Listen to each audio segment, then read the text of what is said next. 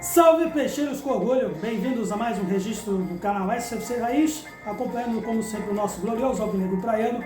Agradeço de coração o número cada vez maior de inscritos neste canal, mas se está vendo pela primeira vez, dê essa força também, seja mais um bem, pressione o botão de inscrito para ajudar a desenvolver conteúdos deste espaço 100% santista, qual aí uma análise do jogo entre Ceilândia e Santos, na qual na capital federal ou na região metropolitana, o Santos venceu por placar de 1-0, placar suficiente para a equipe passar para a próxima fase e garantir pelo menos R$1 milhão de receita por enquanto, para ajudar um pouquinho nas nossas finanças que está precisando. Esta agora também cumpriu seu papel na competição estadual pelo Campeonato Paulista, onde teremos um compromisso importantíssimo e dificílimo ante o Corinthians, clássico na Vila Belmiro, para justamente também, além de passar para as quartas de final do estadual, garantir a permanência na competição da Copa do Brasil, na mesma Copa do Brasil, para o ano que vem de 2024.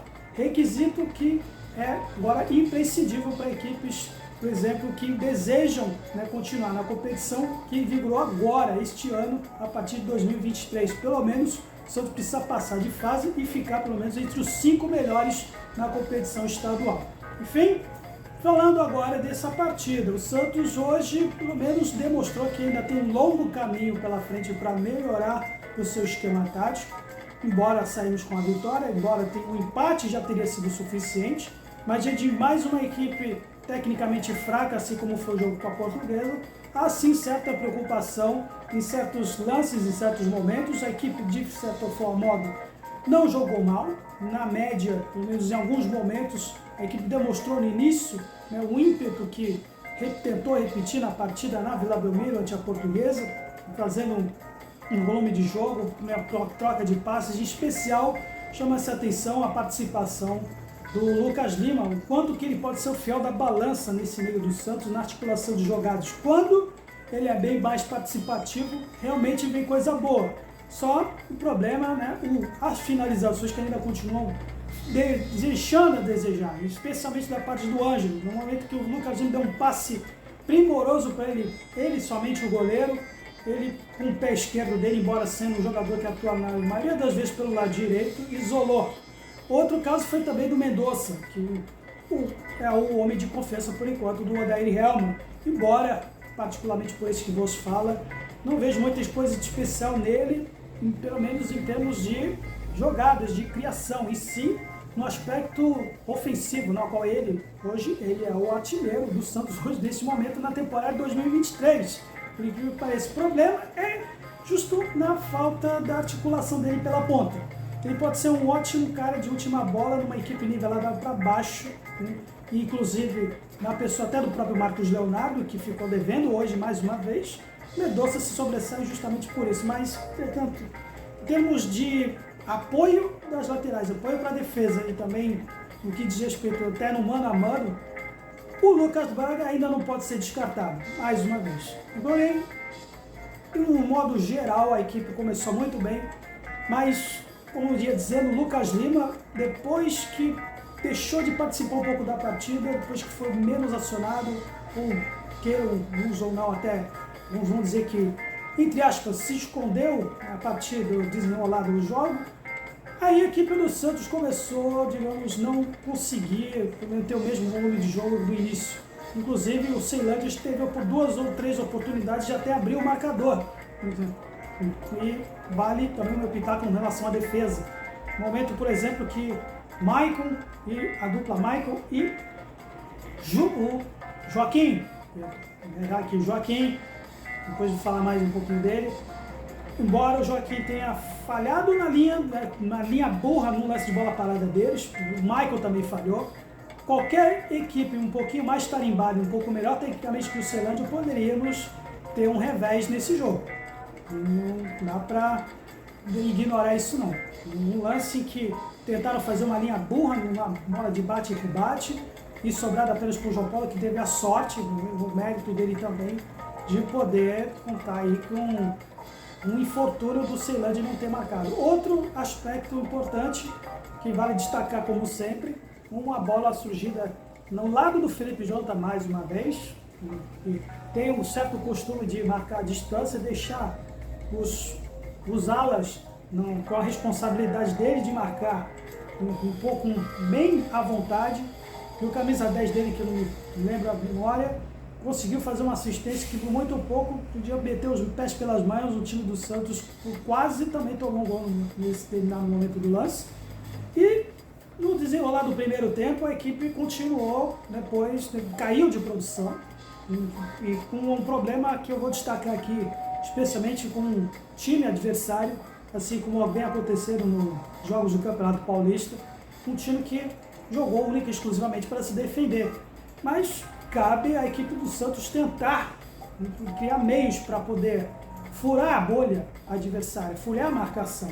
Ou em um determinado momento do jogo, deu um nítido resumo do que foi essa partida até o primeiro gol, o gol definitivo, que é o número dos finais da partida, que toda vez que o meia, o Rodrigo Fernandes ou o Dodge, tentava fazer a armação, puxava o time deles para trás, tinha sempre um vácuo entre o meio do campo e o meio da frente, na pessoa do Marcos Leonardo. E aí poucas vezes se via, até, inclusive até o Lucas Lima, ele até recuou, ou não foi tão incisivo depois do início da partida.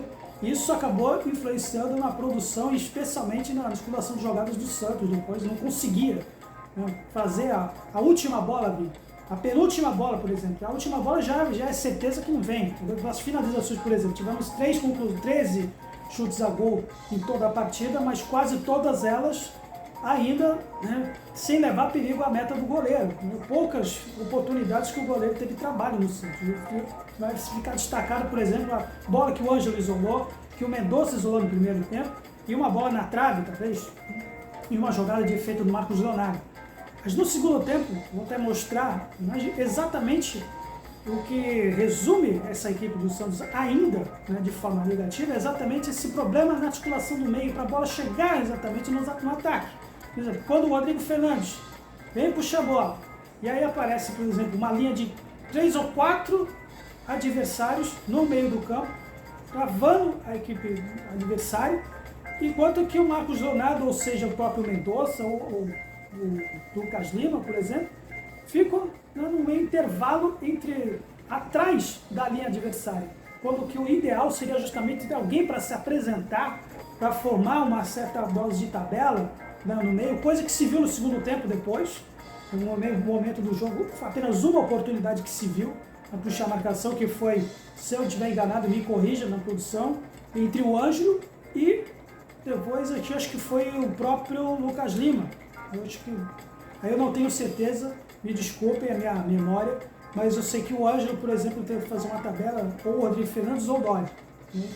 Então foi isso. Ele só se sobressaiu mesmo com uma jogada de bola parada, e aí sim, nos vídeos anteriores eu tinha me questionando o Odair Helma a respeito das bolas paradas, que até no início da apresentação dele na entrevista eu lembro que ele falou que iria valorizar muito as jogadas de bola parada, e pelo menos agora ele pode se gabar nesse lance aí que deu a vitória, um cruzamento, um escanteio cobrado pelo Lucas Lima, grata, pelo menos, revelação aí do Joaquim, que vem mostrando aí que tem méritos de, já, para minha opinião, já é o titular, um zagueiro rápido, veloz, é o mais veloz, já entrou, já demonstrou que tem uma capacidade que lhe faltava na zaga santista, que era justamente um zagueiro mais rápido nas recuperações, tanto nas recuperações como também no auxílio das bolas aéreas, e ele teve o mérito de fazer o gol, todos dele, e além do Dodge, por exemplo, acho que vem sendo uma peça fundamental, como foi no jogo da Portuguesa. O Dodge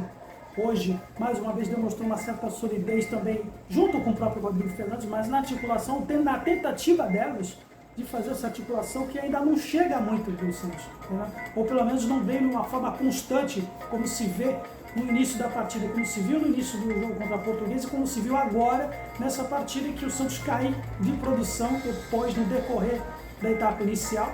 E na etapa complementar, quando tentou ter um ótimo início também, um ótimo volume de jogo, se esbarrava mais uma vez nesse problema de assistências até a bola chegar para a conclusão. Quer dizer, o problema ainda continua sendo as finalizações. O Marcos Leonardo, embora ele ficou devendo, porque ainda não conseguiu ainda esses meios de poder se movimentar, ou pelo menos criar também certa opção. A responsabilidade não é apenas dos meias também. O Marcos Leonardo também precisa saber um pouco de se movimentar e ter um pouco de cabeça também, tem um determinado momento do jogo que ele discutiu com o árbitro, tomou um cartão amarelo bobo, infantil por reclamação.